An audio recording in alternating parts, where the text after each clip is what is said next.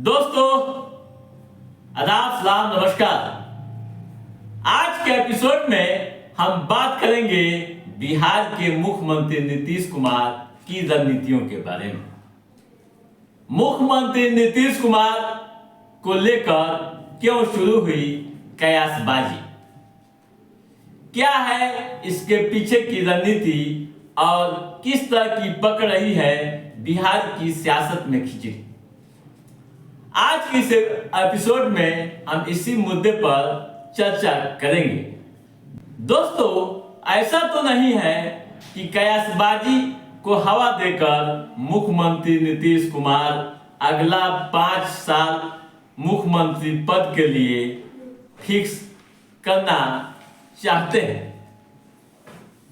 दोस्तों, काफी आदमी की ये पंक्तियां आपने जरूर सुनी होगी। शोर यूं ही ना परिंदों ने मचाया होगा, कोई जंगल की तरफ शहर से आया होगा। ये पंक्तियां बिहार की मौजूदा सियासत को समझने के लिए काफी है। दिसंबर के ठंड के बीच बिहार की सियासत काफी गर्म है। मुख्यमंत्री नीतीश कुमार एक तरफ जहां प्रगति यात्रा पर निकले हुए हैं, जिलों का भ्रमण कर रहे हैं, विकासात्मक कार्यों को गति दे रहे हैं, योजनाओं का शिलान्यास और उद्घाटन कर रहे हैं, तो वहीं दूसरी तरफ प्रतिपक्ष के नेता तेजस्वी प्रसाद यादव लगातार उन पर हमलावर है। दोस्तों, दिल्ली और मुंबई में कुछ ऐसा हुआ कि मुख्यमंत्री नीतीश कुमार को गंभीर होना पड़ा। दरअसल में दोस्तों, मुख्यमंत्री नीतीश कुमार बोलते रहते हैं, कुछ कहते रहते हैं, तो बिहार की सियासत में समझा जाता है कि सब कुछ नॉर्मल है। लेकिन जब वे लंबे समय तक चुप रहते हैं तो जानकार इसे टर्निंग पॉइंट बताकर अपने हिसाब से उनका आकलन करने लगते हैं। वैसे बिहार की राजनीति अभी ठहरी नहीं है, लेकिन इसमें किसी न किसी ने कंकड़ मारकर थोड़ा और हिलोल पैदा कर दिया है। चर्चा तो यहाँ तक हो रही है कि मुख्यमंत्री नीतीश कुमार एनडीए से संबंधों को लेकर कोई बड़ा फैसला ले सकते हैं।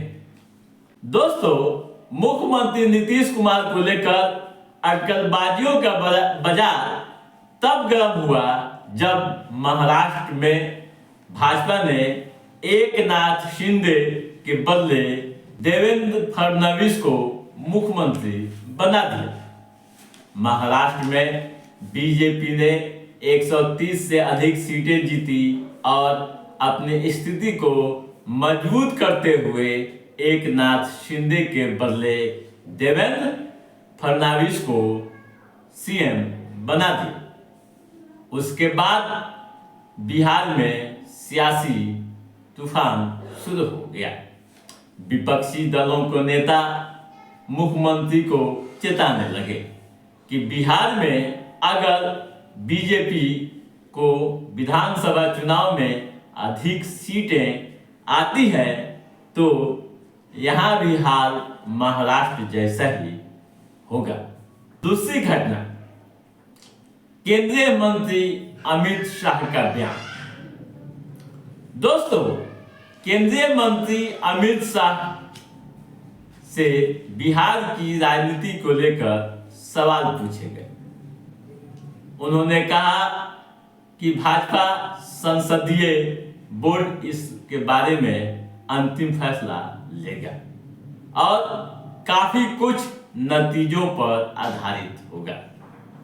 अमित शाह का यह बयान इसलिए चौंकाने वाला था कि इससे पहले नीतीश कुमार के चेहरे पर ही चुनाव लड़ने की बात कही जा रही थी। यह भी कहा जा रहा था कि बिहार में नीतीश कुमार ही एनडीए के चेहरा बने रहेंगे।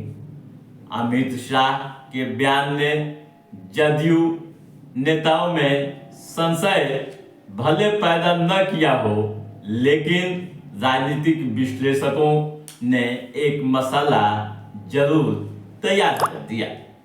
हालांकि बिहार भाजपा की ओर से अमित शाह के बयान के बाद भी कहा गया कि नीतीश कुमार ही हमारे नेता रहेंगे।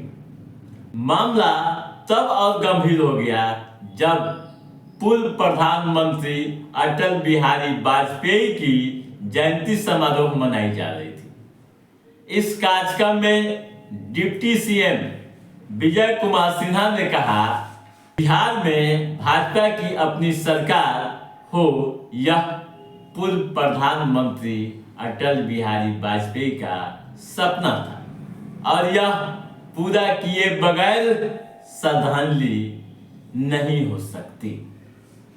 हालांकि विजय कुमार सिन्हा ने इस पर अपनी सफाई भी दी और यह भी कहा कि विधानसभा चुनाव में हमारे नेतृत्व मुख्यमंत्री नीतीश कुमार ही करेंगे।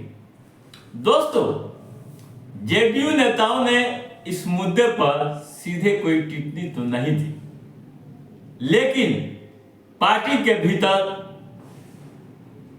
इस पर चर्चाएं अलग अलग तरीके से होने लगी, कई तरह की बात भी होने लगी। ऐसा माना जा रहा है कि पार्टी में कुछ नेताओं को इस बात का भी शक है कि बीजेपी कहीं ना कहीं अपने नेतृत्व को लेकर नए समीकरण तैयार कर रही है। आपको बता दूं कि 2020 के चुनाव में जेडीयू को भारी नुकसान उठाना पड़ा था। जेडीयू तीसरे नंबर की पार्टी बन गई थी, केवल 45 सीटें ही मिली थी। बीजेपी को 75 सीटें हासिल हुई थी। एनडीए की ओर से कहा गया था कि गठबंधन के पूर्व निर्धारित शर्तों के हिसाब से नीतीश कुमार को यह पद दिया गया। अब महाराष्ट्र का फॉर्मूला एकदम से उलट, बीजेपी को अधिक सीटें मिलती है तो मुख्यमंत्री पद को लेकर टेंशन बढ़ना स्वाभाविक है। ऐसे में मुख्यमंत्री नीतीश कुमार को लेकर कयासबाजी हो रही है, तो यह कोई नई बात नहीं है।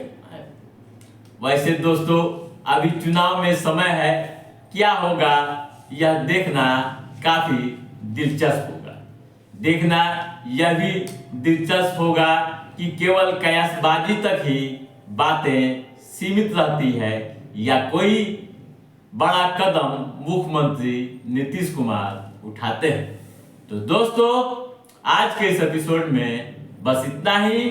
हमारा ये एपिसोड कैसा रहा आप लाइक और कमेंट करके हमें जरूर बताइएगा। यदि आपने हमारे चैनल को सब्सक्राइब नहीं किया है तो सब्सक्राइब भी कीजिएगा, ताकि इस तरह की महत्वपूर्ण जानकारियों संबंधित, राजनीतिक गतिविधियों संबंधित जो भी अप टू डेट है उससे हम समय समय पर आपके बीच पहुंचाते रहेंगे। तब तक आप अपने दोस्त को दीजिए इजाजत।